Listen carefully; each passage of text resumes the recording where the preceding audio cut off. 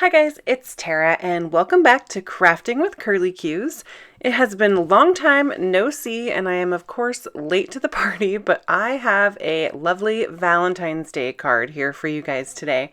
So I waited till the last minute and wanted to make Hubby a Valentine's Day card. So I decided to throw together this nice, clean and simple, really quick to put together, but super fun to create Valentine's Day card for him the night before Valentine's Day. So I'm using this You and Me stamp set from Love Cynthia. I think this is like one of the most adorable stamp sets I've ever seen in my life. Like I love Cynthia's stamp sets. Her drawing style is so stinking cute. Like just seriously every set. I like buy every single set and I don't use them enough, as is pretty much the tale with all of my crafty stuff. But this one I thought was so perfect for Valentine's Day, and because I didn't have a whole lot of time to create something like extra special, dazzlingly amazing, I was going to let the stamp set do the work for me, because it, like, those little schmoochy people are already creating a scene there for me, so I didn't even have to put a whole lot of effort into this. It was almost like cheating.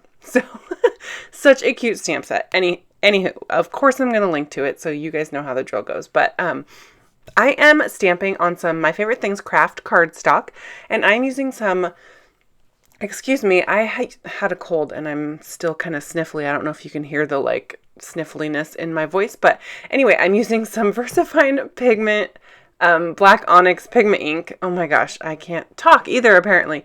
VersaFine black onyx pigment ink to do my stamping. I love the crispy stamping that I get with this, and I'm going to be using Prismacolors, so it doesn't really matter what kind of ink I use. So I just wanted to make sure that I got something that was going to give me a really strong, solid black impression. So now that I am all stamped up, I'm going to start my coloring, and that's pretty much the whole card.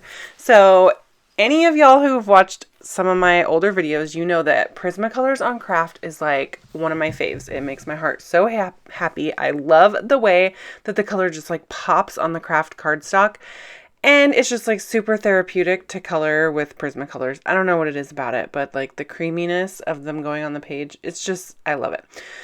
So this actually didn't take me super long, and so I didn't have to speed it up as super fast as I usually have to speed up my coloring, because I am like a super slow colorer. So usually when I have a whole bunch of coloring in a video, I have to speed it up to like 4 times. But this image colored pretty quickly, and I was able to speed it up only 2 times. So I still don't color this fast in real life, but it's much closer to my actual coloring speed than it usually is in my videos. So you might, if you were wanting like a more detailed coloring tutorial that sometimes is a little tricky to get when you're watching those like super sped up coloring tutorials, this might be a good one for you because it's a little bit slower with the Prismacolors. So I am by no means an expert when it comes to coloring with Prismacolors. Everything that I do is pretty self-taught. I love Julia Alterman's channel. She's a phenomenal colorist. And so I have just gotten a lot of tips from her when it comes to using colored pencils and just doing a lot of experimentation. You know what I mean? Like just bust those puppies out and color some stuff and see what happens.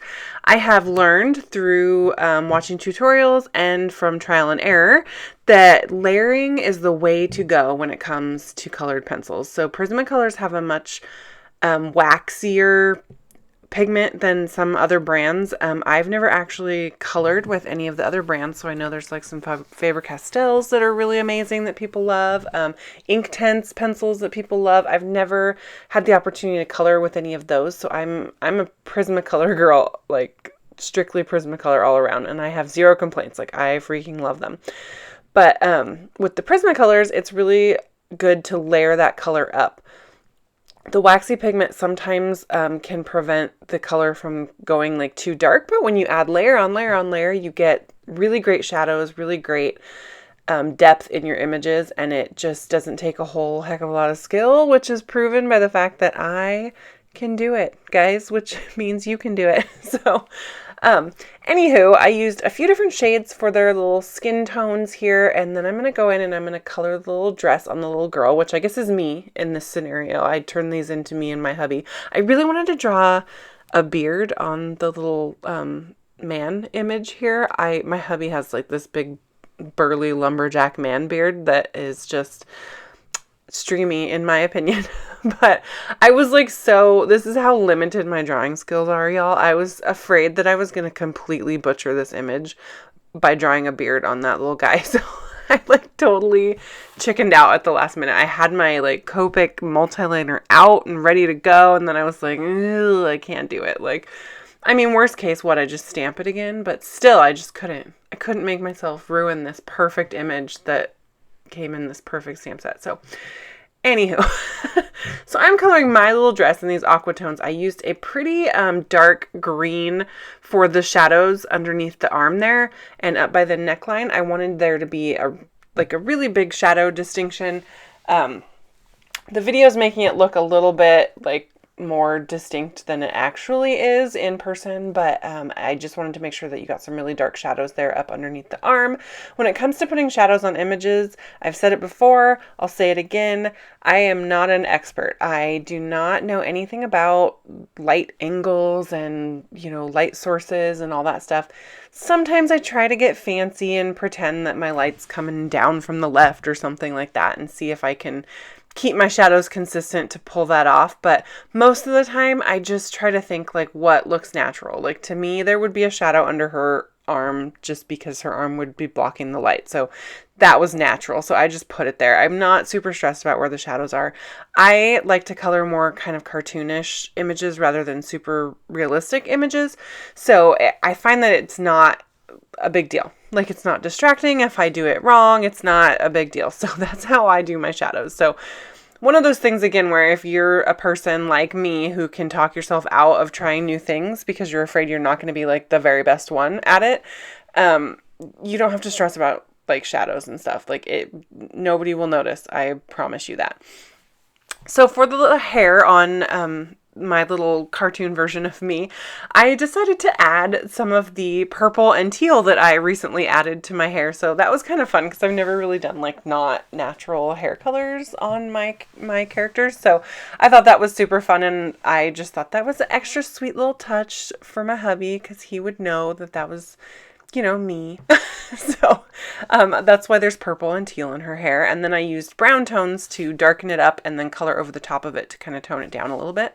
I went outside the lines a smidge, so I'm using my Tombow sand eraser there to kind of scrape some of that off the top. It didn't work perfectly, but it did get some of that pigment. It was definitely a darker oopsie when before I went in with that Tombow sand eraser. It's a super handy tool to have in your craft room just because we all make those oopsies, right? Like, and it's nice to have a tool that you can reach for that will help you get rid of them. It just kind of gently removes the top layer of the paper and kind of takes the pigment with it. So I'm sure you've noticed by now that every time I finish doing all my shadows and stuff, I come back in with one of these blending pencils and I go over everything. So this is almost like the equivalent in my mind of like the colorless blender Copic marker. It's just a clear colorless Prismacolor pencil that is basically just the waxiness. I mean, I don't know the science behind the blending pencil, but and so what it does is you can go back over all your colors and it will just like smooth everything out and take like doing the layer technique creates pretty darn smooth images in the first place, but you use that blending pencil and it just like oozes everything together into one seamless, like watch, like you can see it happening. Like it's phenomenal. So I'm noticing here that my camera is doing a little bit of out of focus stuff. I got a new camera for my birthday. Hubby bought me a digital camera, so I've been filming all my videos to this point with my cell phone. First I had an Android and then I had an iPhone, and that worked perfectly well, and it was like totally, I wasn't even having an issue at all with it. But one thing that did happen is when I switched over to iPhone, when I became an Apple newbie, I didn't get enough memory on my phone, and I was having a hard time with videos because I would try to record a video and I would run out of memory and I'd have to get rid of the video and put it on my computer before I could continue working on my card and film the rest of it. And it was getting a little frustrating.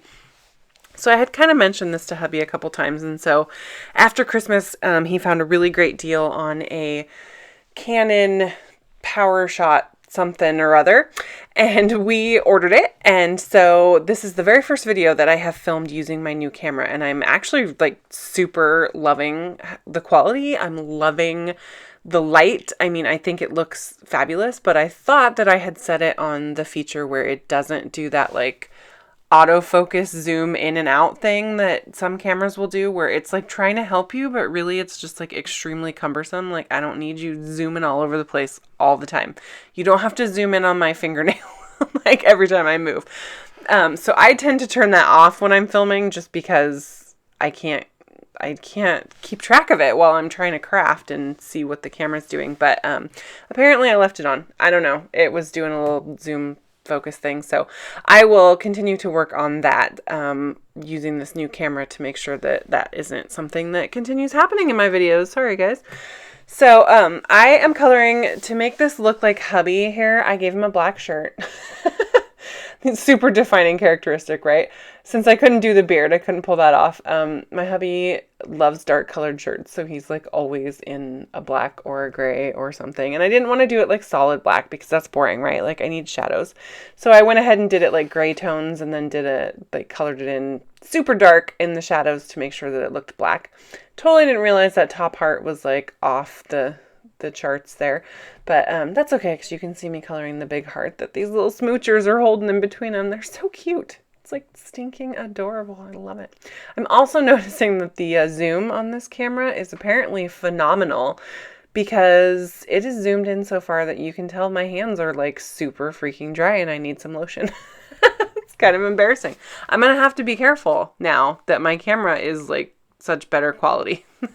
Make sure I don't have anything goofy going on anywhere that it's going to pick up on that the cell phone couldn't quite grasp there. So I stamped this adorable little sentiment. So the front says I love you, and then inside it says a little bit more every day. There's so many sweet sentiments in this stamp set that you can combine with the big like I love you.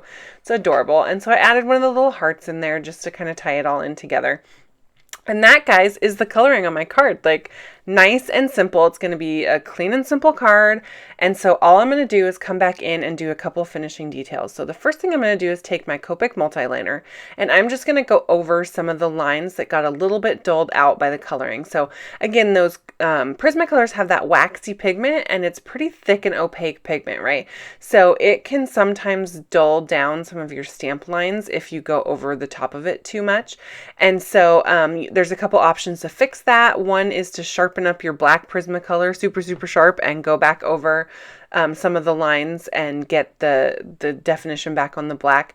I use my Copic multi-liner. Sometimes it doesn't want to write on top of the waxy pigment.